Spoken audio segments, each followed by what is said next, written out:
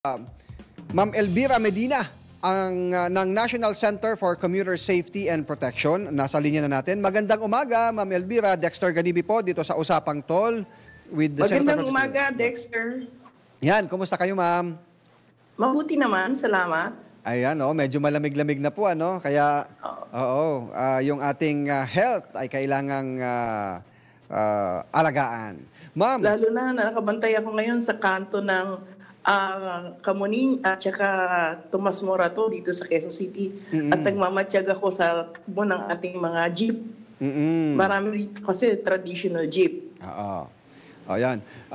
Ma'am, eto, may mga petisyon na. May mga petisyon ng inihain sa LTFRB at sabi nga ni LTFRB Chairman, kanilang veripasuhin, pag-aaralan yung mga petisyong natanggap na gawing 15 pesos. Ang katotohanan niya, wala pa akong tinatanggap na kopya ng inihain na yan. At sa lahat naman ng usapin ay laging nagpapadala sa akin ng kopya ng mga petisyon mula doon sa petition din ng mga buses, provincial at saka ng metro buses. Pinadala nila ako ngayon, meron palang petition ang jeep, pero wala pa akong kopya ng kanilang petition at ibig kong busisiing mabuti kung ano ba, sino bang sektor ang humingi, yung ba traditional at modern jeep o traditional lang. Oo, kasi maalala mo, ma'am, 2021 yata yun, nung 9 pesos pa lang ang minimum. Di ba may hiling na yung mga public transport group na gawing 15 kaagad? Oo. Hindi kaya ito yun, yung binuhay lang, or hindi kasi nabanggit kung ito ay panibago, pero ang sabi, may mga petition na at ito ay kanilang nire-review ngayon. Kung ang pag-uusapan natin ay traditional jeep, hindi ako papayag. Hindi ako sasama sa kanilang petisyon na yan. Hindi ako makikiayon sa kanilang petisyon. Dahil? Dahil hindi nila rin sinusunod ang ipinanukala ng ating pamahalaan na bigyan ng higit na mabuting sasakyan ang ating mga commuters. Nandun pa rin tayo sa lumang post-war na sasakyan na kami ay sinasakop namin lahat ng danger sa labas ng ating mga lansangan. Marami sa ating mga itong katotohanan, wala pong handbrake ang kahit na anong traditional jeep.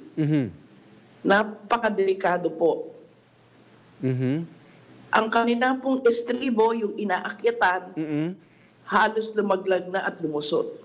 Ang mga bintana ay hindi ka maaaring proteksyonan sapagkat yun po ay bukas na bukas, pag umulan, nilalagyan ng trapal. Ako po na isnatcha na ng hikaw sa Blooming Treat. Nag-slow down kasi ang traffic po sa Blooming Treat, di ba? Napaka-heavy.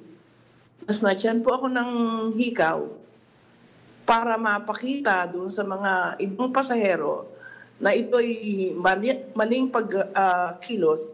Tinanggal ko po yung kabila pa, hinabol ko yung nagnakaw, pinintya ko po yung aking hikaw at sinabi ko, sa'yo na yan, maibenta mo man lang. Anong sabi nung ano? 300 yan.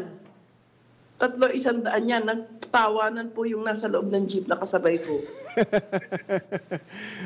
Pero ito ay, natatawa tayo doon sa nangyari, pero ito ay katotohanan na nangyayari. Dahil maaaring tawag nga nila doon, Ma'am Elvira, pamimitas ng mga kwintas, ng mga earrings kapag ikaw ay nasa jeep. Ibig sabihin, sa tagal ng panahon, pag umulan po, yung kanilang mga bubong, nilalagyan ng mga plastic cap dahil tumutulo. So, hanggang ngayon po ba, sa loob ng mahigit na 50 taon, tayo ay hindi nila inalagat, ay bibigyan pa natin sila ng pagkakataon na yan. Ayaw po nilang mag-modernize. Pinipilit po nila yung kanilang sarili. Samantalang yung mga modern jeep po, kung sila ay kasama riyan, papayag kami. Sapagkat nakita naman po natin ang paglilingkod nila. Wala na kayong narinig na naisnatchan, na hold up sa loob ng isang ng isang modern jeep. Sapagkat ito po ay nagsasara, sarado na ang mga bintana, at ang karamihan po sa kanila, mayroon ng CCTV na Kaya mamamonitor mo. Pero Ma'am Elvira, may mga anong stand niyo po dito? Kasi may mga natatanggap din tayong report doon sa mga reklamo doon sa mga modern jeep na higit pa doon sa kapasidad yung sinasakay nila. Pag ikaw ay may upuan, may nakaupo, doon sa gitna niya, may mga nakatayo na talagang siksikan na halos hindi ka na makagalaw. Yan po ay nasa atin ng implementation ng ating mga enforcers. At yan po, kung kami ay makakatanggap, kailangan po i-send sa amin kung anong plate number. Dahil kausap din naman po namin at online kami ng mga federation ng ating mga cooperatives. Nakapag-usap po kami online na kung merong reklamo, nasusolve po namin yan online. Nag-uusap-usap kami or nagkikita-kita kami para yan ay magkaroon ng solusyon. At kung napapansin po ninyo, ang mga driver po ng modern jeep ay mukhang bagong paligo, bagong gupit, at magalang. Magalang na magalang. Ito pong ating traditional jeep. Hanggang ngayon po, mukhang galing sa paghugas ng kalabaw. Para silang galing lang kalalabas lang mula sa isang batis kung saan sila ay naghugas ng kalabaw. So ang sa inyo, ang stand po ng commuter protection, kailangang kung hindi man tuluyan pang mawala itong mga traditional na jeep, ayusin at gandahan naman yung serbisyo para yung pinabayad na pamasahe ay angkop doon sa serbisyong natatanggap ng mga sumasakay. Dahil alam mo, Dexter, hindi na pwede maayos yan. Sapagkat ang unang-una, ang katawan niyan, dahil lumang-luma na. Hindi na pwedeng tagpi-tagpian. Malutong na.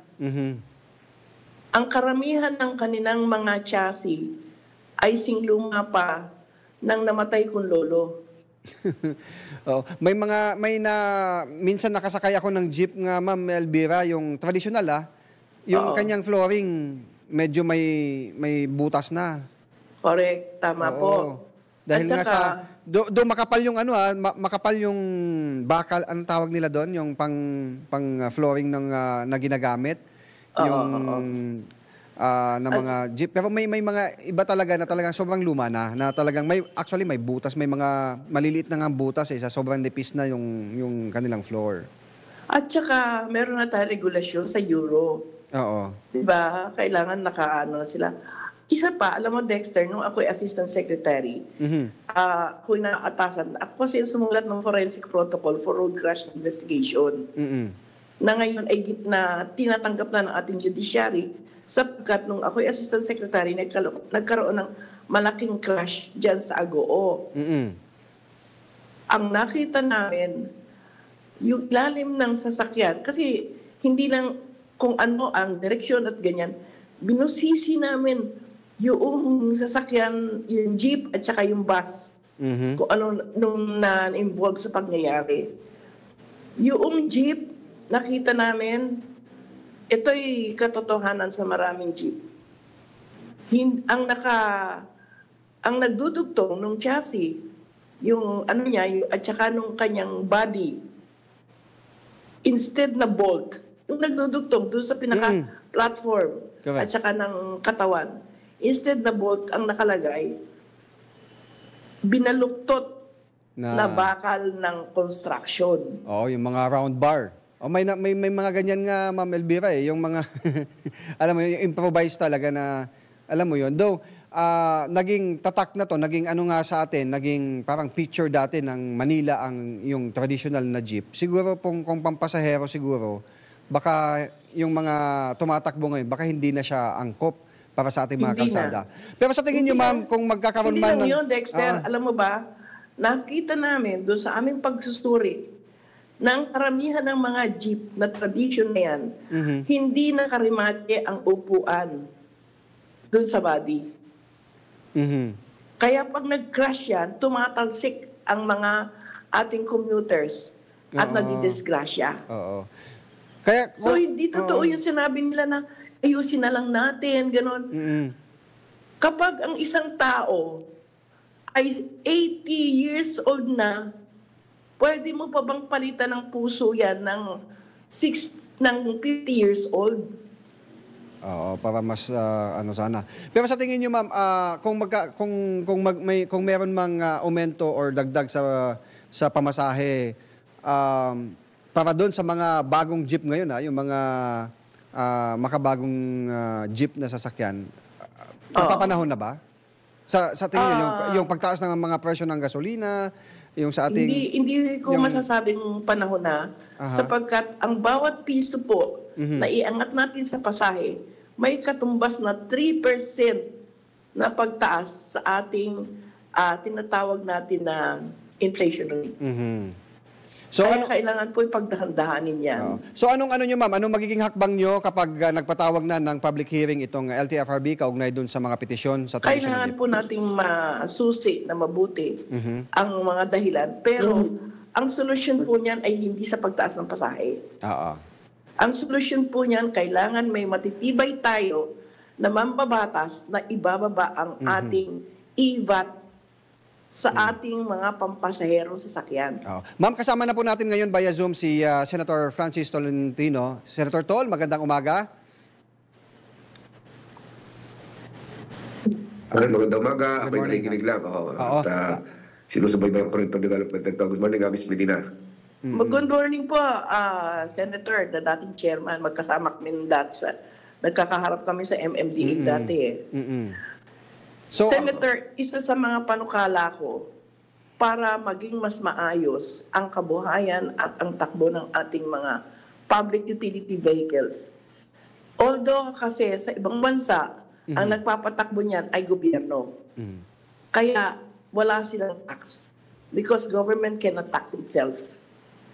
Ngayon, dito sa atin, binigyan nating pagkakataon dahil wala tayo nung after the war, walang pera ang ating gobyerno para itayo ang ating public utility vehicles or public service para sa ating pagtakbo ng ating mga commuters. Ibinigay yan sa private sector. Pero kailangan ngayon, hindi pagtaas ng pasahe. Kailangan gawan natin ng isang batas, Senator, na ibaba yung rate ng ating EVAT on all inputs for public utility vehicles. Ngayon ay 15%. Kung yan ay bababa ng 5%, magiging maginhawang takbo natin. Sapagkat hindi ang pagkuha ng pera para umangat ang ekonomiya ng bayan ay hindi dapat manggaling na sa panggagatas ng kanyang sariling pamahalaan, ng kanyang pamayanan. Kailangan production. The government should pursue the production of more services and goods. Yun po ang ating dapat.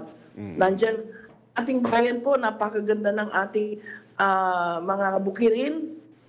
Kailangan ituro kung paano ma-enhance lahat yan.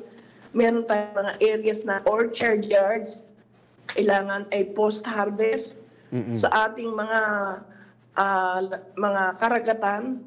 Napakaganda at napakalawak ng ating karagatan. Walang post-harvest. Kaya ibinebenta ng mura. Ayun. Loud and clear, Miss Medina. Opo. So, yes, Senator. So Ma'am Elvira, talagang yung iyong punto ay well taken at magandang mga suggestion niyo po yung kaugnay para sa ma-improve pa yung ating public transport. May panawagan ako kay Senator Tolentino. Opo. Senator, kung kayo ba ay ma-elect ulit, tutulungan niyo po ba kami na mabawasan ng IVAT? Kasama yan sa mga pinag-aaralan at siguro maraming konsultasyon yan na dapat ganapin pa.